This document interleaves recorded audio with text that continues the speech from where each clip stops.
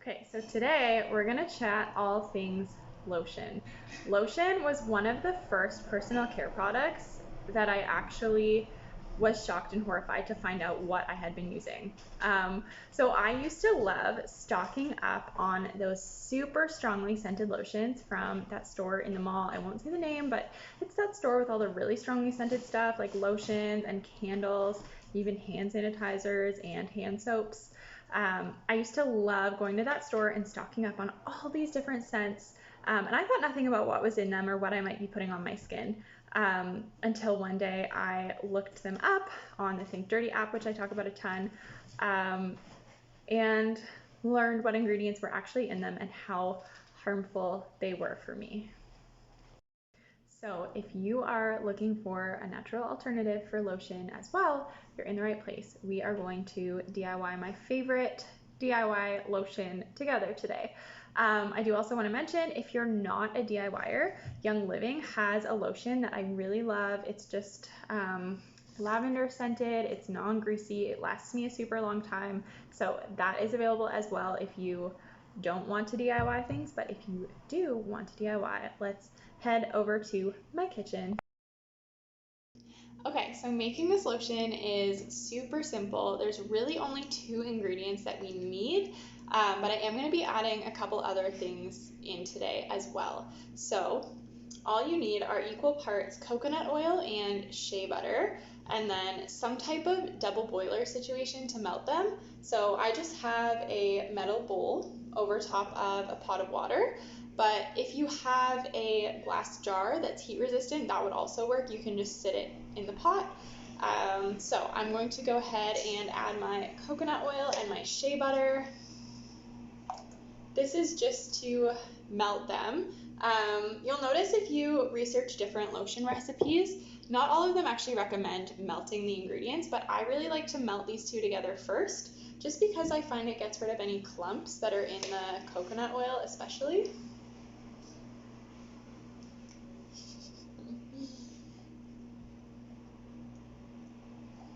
So I'm just gonna let those melt on here.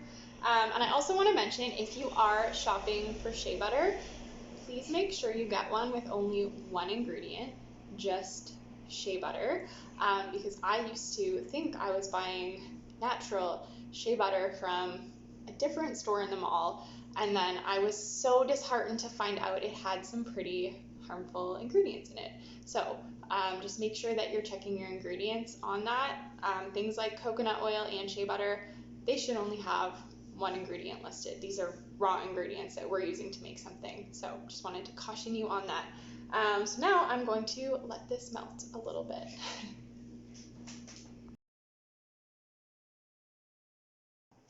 Okay, so now it is fully melted, so I'm just going to take it off the heat and I'm going to let it harden to room temperature. Actually, before I do that, this I haven't done before, but I'm going to stir in a little bit of arrowroot powder, just because that will help the final product not be quite so greasy as a lot of homemade lotions are. So I'm just going to put in a tablespoon of that. Just stir it in there.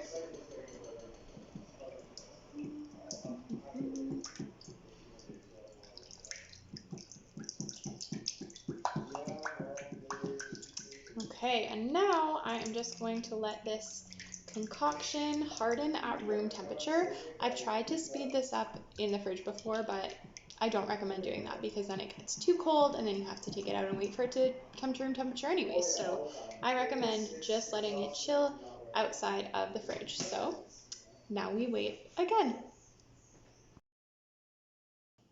Okay, so it is the next day. I decided to let it harden overnight. Now you can see it's nice and hardened. So I am going to add some essential oils and then I'm going to whip it. And of course you can add whatever essential oils you want to this. If you're looking for a specific benefit for a specific purpose, you can choose to do that.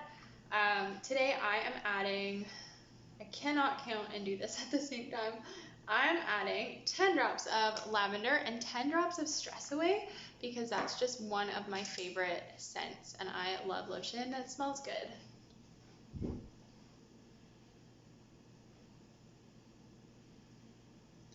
And we do want to add the essential oils at the very end after it's cooled, just because the heat can change the oils, and it can damage some of those constituents that benefit our bodies. So I always add them at the very end.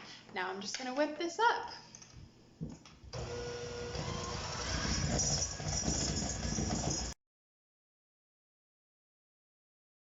Okay, it's all nicely whipped together. It is still a little bit runny just because it is pretty warm in my house right now. But if you want it to be a less runny consistency, you can just up the ratio of shea butter compared to coconut oil. So now I'm just gonna put it in an 8-ounce mason jar for storage. Wow, so that was just about a perfect fit. So there you go. It's really 2 ingredients is all you need, but like I said, you can add the arrowroot powder if you choose to, and then some of your favorite essential oils. And there you go. Just like that, you have your own homemade lotion. No weird, sketchy ingredients.